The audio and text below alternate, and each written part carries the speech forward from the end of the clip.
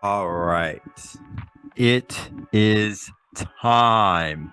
This is Infinite Investment Game. I'll talk about alternative investments and collectibles. This is not particularly investment advice, but if you listen to this, you'll be a better collector. And possibly, if you want to invest, this is probably more flipping season. You'll be a better investor and be smarter where you put your money as well. All right, I wanted to talk about this Pokemon news. This is a bit old, but I finally got to get to it. And also, if you like this video, please like, comment, and subscribe. And also message me of what else you want me to talk about. All right, so we have 1999 Pokemon game Charizard Hollow First Edition. The card number is number 4, and it's a PSA 10. So the breaking news is 1999 first edition Charizard PSA 10 hits a 2-year low and it sells for 192K on PWCC Premier auction. If you're not familiar with PWCC, it's a kind of consignment, but also they have their own vault. It's big in the car hobby where people sell their cars through there. A lot of times they sell for a premium. They used to be on eBay, but they were kicked off because of shield bidding. So normally these cars are gonna sell highest on PWCC and other platforms similar to that. And they hype up when these things are gonna get sold, and they send out newsletters and emails for this stuff. So yeah, this is pretty much one of the biggest staples or most iconic cards for Pokemon, and it's sold for much less than the all-time high and in the past couple years. And also I'm gonna go into like what does this mean?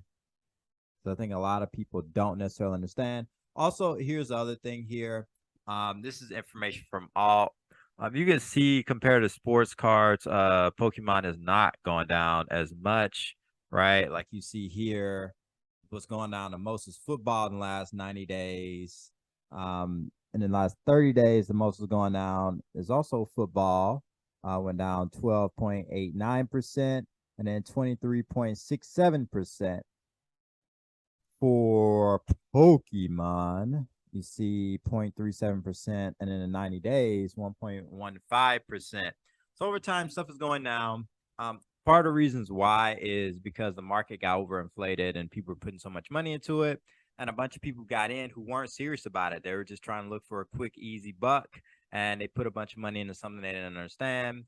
And that got so ridiculous, and people who were already in it started dumping stuff, and more people just trying to dump and get money, and it depressed prices. Also, the other thing that kind of led to this is interest rates rising. So they're taking more money out of the system. It's harder to get loans, and credit or debt that's not fixed interest rates go up. So people are paying higher interest rates on debt, and then that's less money that goes to sports card market. So and Pokemon and just other collectibles and other leisurely activities in general.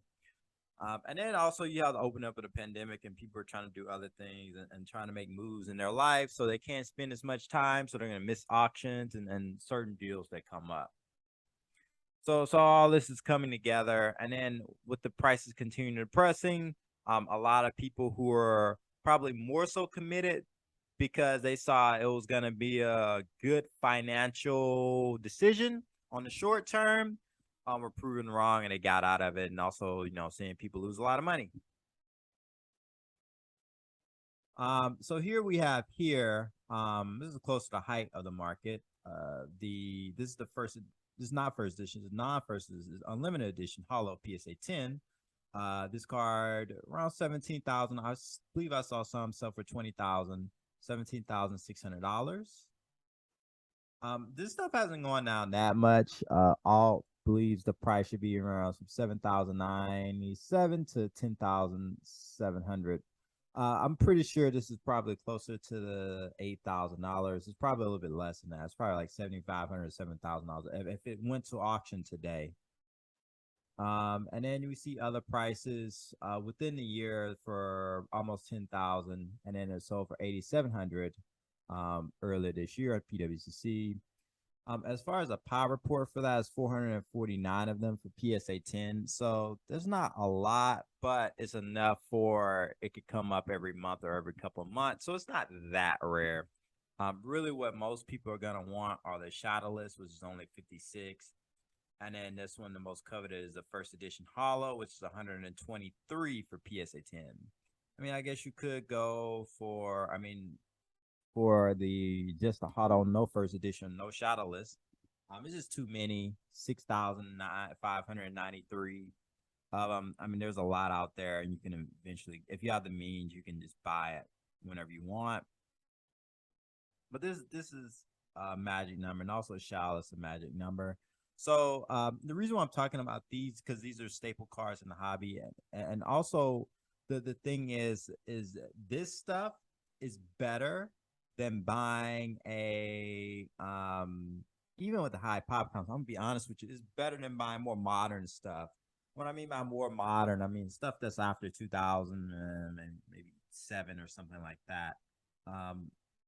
There may be some rare stuff in that, Sky Ridge, Charizard, stuff like that. I believe that's 2004, 5, 3, 4, 5, somewhere in there. So there is some stuff that could be worth a lot in the long term, but most of that stuff is mass-produced scarcity of newer stuff that's coming out, and it's not gonna reach heights of the classic stuff. Yeah. $420,000 is close to height. There were a few that sold for 500,000. Yeah, I don't know why I said shadowless, but yeah, the PSA 10. Yeah, this is where it was at, and now you see it. And I'm not trying to defame the market or be negative. I'm just letting you guys know this is what happened when things just gets hyped out of control. You have things, and I believe this should be probably lower. It's probably worth 150,000 or 120,000 as real price. Maybe I'm wrong. I mean, maybe in the next year or two it'll decrease a little bit more. But yeah, I mean, this is a very high price, and honestly, in a short period of time, 2 to 3 years, it went from probably what $20,000 to, I want to say, this price over 500,000. So that's an exponential growth, and that's not normal. But yeah, like, so this is considered one of the safest cars to get, and then this is having major declines. You have the shadowless here, or just the first edition here, 192,000 with the buyer's premium. And then here's some sales of pretty much the same card that sold, at least for these two, around 300,000, and that's what people thought the fair price would be, but it is declining. And then you have the no rarity symbol. And then this one is the shadowless price. The pop count is 54. And then you have anywhere from $5,000 to $20,000 for it. You have the Blastoise. This sold for $43,000. August 2021. It's probably about the height. And this one for PWCC sold for 55,000. So this is about the height in 2021, around August time. So anywhere from 43 to 55,000. And then May it sold for $29,000, which is quite a decline, you would say. But I think it probably will go down a little bit more. But I mean, in the next year or two, I think it'll be a great opportunity to pick one of these up if you have the means. I mean, obviously, if you can't afford it, there's a hollow, which there's only 340. You can get those.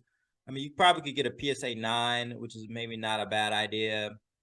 Or you can go for the shadowless PSA 10. Maybe go for PSA 9. or the stage era, you get a 10 or a PSA 9, something like that. Just for the holo, I wouldn't do, but maybe PSA 10, and then maybe a trainer deck. That's what I would do. But Blastoise is another staple that I like to use, and you just see declines. And Venusaur, at one point it was 30,000, 12,000 to 21,000. It's probably closer to 10,000 actual worth of the card. Very rare, 142. You can get the holos on 509, or you can get the Shala's 98. Yeah, so what I'm seeing here is the market is declining. A lot of people don't have the money, and people were over leveraged buying this stuff to begin with. I would say right now is probably not the best time to buy this stuff. I think it's better to buy it probably sometime 2023, 2024. And when the market is kind of more settled out, and we're fully in the financial crisis, I think it's a good idea to look at this stuff. But also the more modern stuff, there's not gonna be that much around. And also the other thing you have to think about is they're printing millions of Pokemon cards now to meet demand from previous years.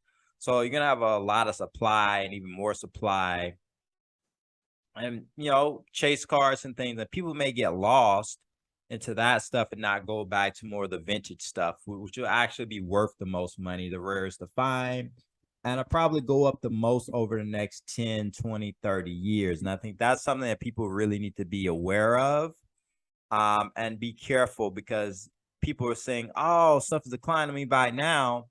You may be catching a falling knife, and I think it's important to be careful. And it may be better to invest in yourself in traditional assets and making money from that, and then taking the profits and then putting it into cards and things such as that. That's my 2 cents. But yeah, if you like the video, please like, comment, subscribe, and peace.